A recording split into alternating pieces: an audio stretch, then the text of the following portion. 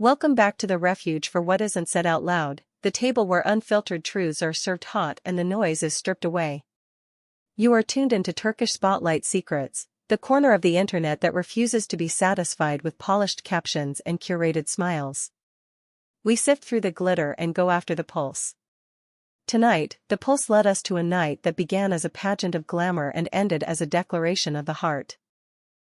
Before we trace every moment of it, make sure you are subscribed to Turkish Spotlight Secrets. If you want to walk beside us through each twist, the join button opens the door to our inner circle. Your likes keep the engine running, and your comments shape the conversation. Settle in, because the story of Urkin and Hzal Sabesai just flipped the script in front of everyone who thought they knew it. Picture a gala built to crown a season. The scent of luxury clung to the air, and the bursts of light from camera strobes turned the carpet into a lightning field. It should have been the usual procession of couture and composure. But there was a crackle that had nothing to do with the awards. For months, the industry traded glances and coded whispers about two names, Urkin and Hzal Sabesai. Makeup rooms murmured. Drivers traded rumors at late-night call times. Editors typed cautious messages nobody wanted to screenshot. Their connection hovered in that tense space between rumor and revelation. They did not confirm. They did not deny. They simply moved, separately but in parallel, refusing the easy bait of public validation. Silence, however, invites authors. And others began to write. Narratives that were never theirs found traction. Motives were assigned, scenes were imagined, and a love people barely understood was shelved under strategy. Then last night arrived, and that entire bootleg script was torched in real time. Urkin and Hazal did not slip onto the carpet like colleagues trying to outmaneuver attention. They stepped out together, fingers threaded, palms locked with the tension of purpose. Their stride matched without effort. The chaos of flashes dissolved around them, as if the two of them had brought their own weather. Heads lifted. Eyes forward. The public show of alignment did not read as stunt. It read as a quiet line in the sand. But this wasn't only a photo op. It was a stand. Hovering above the evening like a stubborn storm cloud was the sting of recent commentary from Hazal's past. Her ex, Burak Berke, had stepped forward with an assertion as simple as it was ruthless, that what Erkan and Hzal shared was staged, an arrangement sold as romance. In a business that rewards clever packaging, there is still no label colder than PR couple. It is the blade that reduces affection to a press kit, reassures cynics that devotion is just a measured tactic. It insists that a laugh is a message, a handhold is a directive, a shared look is a line item.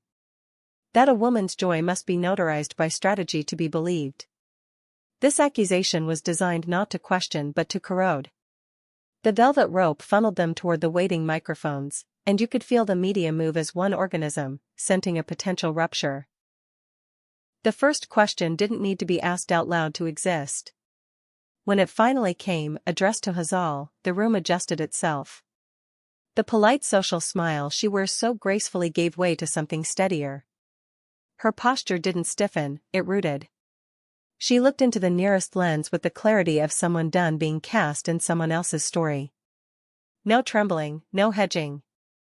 Those who weren't here for us don't get to redefine what we live, she said, calmly, unmistakably. There was steel in it, not volume. She went on, insisting that the people by her side are chosen by her, not by managers, not by columnists, not by seasoned skeptics who profit off suspicion. This wasn't performance, it was boundary. She made it plain that her career stands on its own legs, and that her love stands on its own truth. We are not props in anyone's headline, she added. In that moment, the cheerful choreography of a red carpet interview dissolved, and something more elemental took over. The air seemed to sharpen, you could feel the calculus in every reporter recalibrating. Let's pause here and turn to you, Turkish Spotlight Secrets family. How much of a public figure's heart belongs to an audience that cheers and critiques in equal measure? When an ex speaks with the confidence of proximity, are they granted credibility by default, or do we weigh their motives?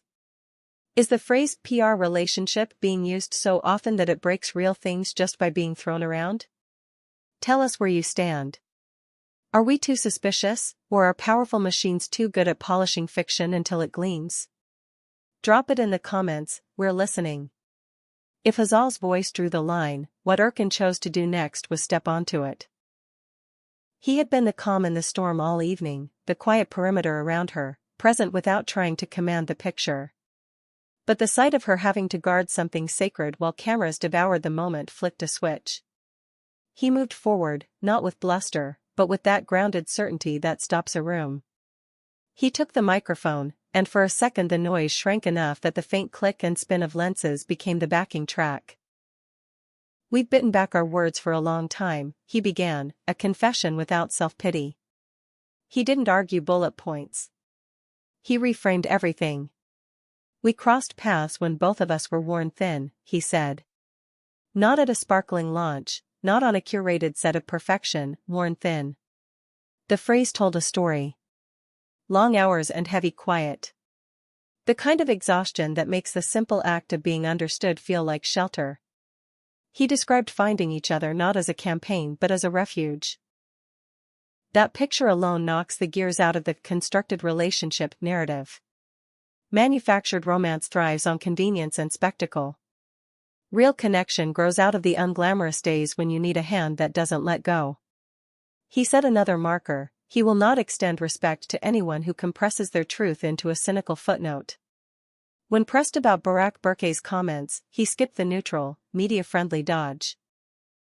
"No one's previous chapter should be used as a weapon against what brings them peace now," he said. "Neither erasing anyone's past nor dragging it forward to poison the present." Then the line that told the room the days of swallowing it all were over: "If calling what we live counterfeit is the norm, don't expect us to keep nodding." It wasn't a threat. It was a promise to stop absorbing damage politely. Behind what you saw, sources close to Turkish spotlight secrets say there was friction in the days leading up to this. Some in Erkan's circle reportedly urged him to answer decisively, even bluntly. Others insisted that silence is superior to scandal. He prefers not to explain himself, that is part of his code. But what tipped the scale wasn't the hit to his image, it was the casual way Hzal's feelings were framed as an instrument. That's what he couldn't leave unanswered. Not a stagey gallantry, but the modern kind that recognizes dignity as something you stand beside and protect. And there was a second language alive on that carpet that the microphones could not capture. The way her hand fit his, lift, press, release, quick return, reading like a pulse shared between them. The way his shoulders angled toward her without obstructing a single inch of her light. The private exchanges that lasted less than a heartbeat but altered the room. Observers swear that in the storm of flashes, he bent close and murmured something like, "We stand in this together, let them watch." If that's accurate, it says more than a publicist-approved statement ever could. Every time their eyes met, a small smile flickered at the edge of their mouths, not performance but recognition, the quiet code of two people carrying the same weight. Let's also be honest about the lounge elephant everyone pretends isn't there. Arrangements do exist in this world. Some partnerships are engineered, temporary, calculated. That truth is precisely what gives fuel to anyone who wants to toss real bonds into the same bin. How do you tell the difference? Maybe it's where the gaze goes when the red light on the camera turns off. Maybe it's a hand that reaches without looking, on reflex. Or maybe it's tonight, two people risking tidy reputations to say out loud that their heart is not a prop. Urkin and Hzal stood there and, by choosing candor over choreography, made a case you could feel more than you could argue. The gala ended, the carpet was stripped of its velvet, and the glitter was swept. Yet the echo of their words is still moving through dressing rooms and production vans. Industry veterans privately acknowledged something shifted. They proved that silence is a choice, not a muzzle, and that truth, when you wield it instead of fleeing it, has edge. Will there be a rebuttal from the other side? Possibly. But in this round, the narrative appears reclaimed. Not by a leak, not by a planted story, but by two people claiming their voice in the very arena where they were supposed to wear masks. If you've been with us for this deep dive, show some love with a like. It helps Turkish Spotlight Secrets continue delivering the stories behind the stories. Subscribe to Turkish Spotlight Secrets and tap that bell so you are first in line when the next chapter drops.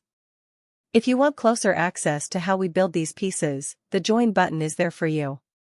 Thank you for your time, your curiosity, and your honesty.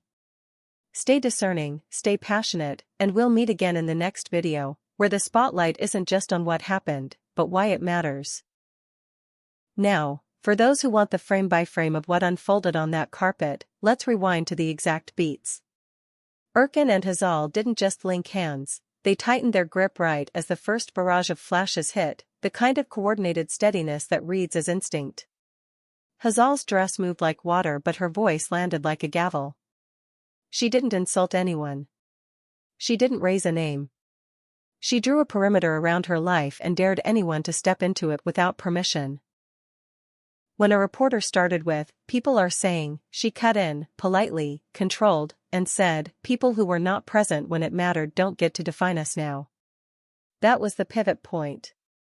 You could see reporters glance at each other. The tone of the evening had shifted from fishing expedition to witness testimony. Erkan, watching, was all economy of motion. No sudden moves. No theatrics. When he finally leaned toward the mic, his mouth barely moved, like he had been measuring each word in his head for months. He admitted what most stars won't, that being tired doesn't only mean losing sleep, it means vulnerability.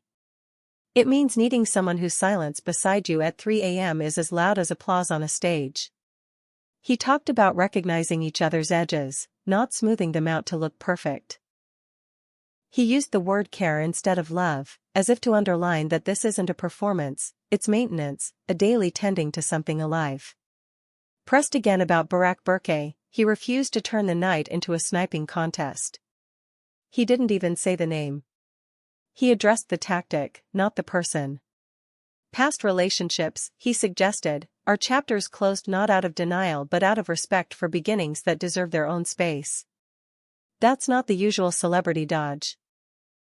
It's a refusal to let gossip rewrite timelines. And then that final boundary, enough with nodding along while others monetized out. A line drawn cleanly, without swagger. Off camera, we're told, there were calls from friends who love him and know his reluctance to explain himself. Some argued that silence has served him well. Others warned that unanswered narratives become cement. What changed was seeing Hzal's sincerity reduced to an angle. That was the cut that bled. When he stepped up, it wasn't to defend his brand, it was to insist that what they have does not belong to the factory of suspicion. The distinction matters. Think about the body geometry again. The angle of his stance created protection without creating shadow. She moved forward to answer, and he followed a half step behind, not to control, but to anchor. These are details the public doesn't always compute consciously, but our eyes know the difference. At one point, a photographer called out a cue for them to separate slightly for a wider shot. They did, briefly. Then, on their own, they drifted closer again, as if gravity had its own opinions.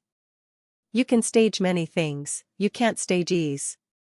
And finally, the long view. Tonight's statement was less about one rumor and more about a larger fatigue many are feeling, the exhaustion of having to justify joy against a chorus that demands documentary evidence. Urkin and Hzal didn't offer receipts. They offered presence. It won't silence everyone. It wasn't designed to. It planted a flag, this is the register in which we will speak when necessary, and we won't let our quiet be repackaged as consent.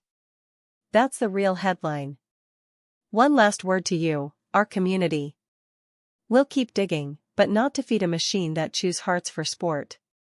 We dig to understand how fame shapes feeling, and how feeling pushes back. Tap like if you felt that shift tonight. Subscribe to Turkish Spotlight Secrets if you believe the story under the surface is always worth hearing.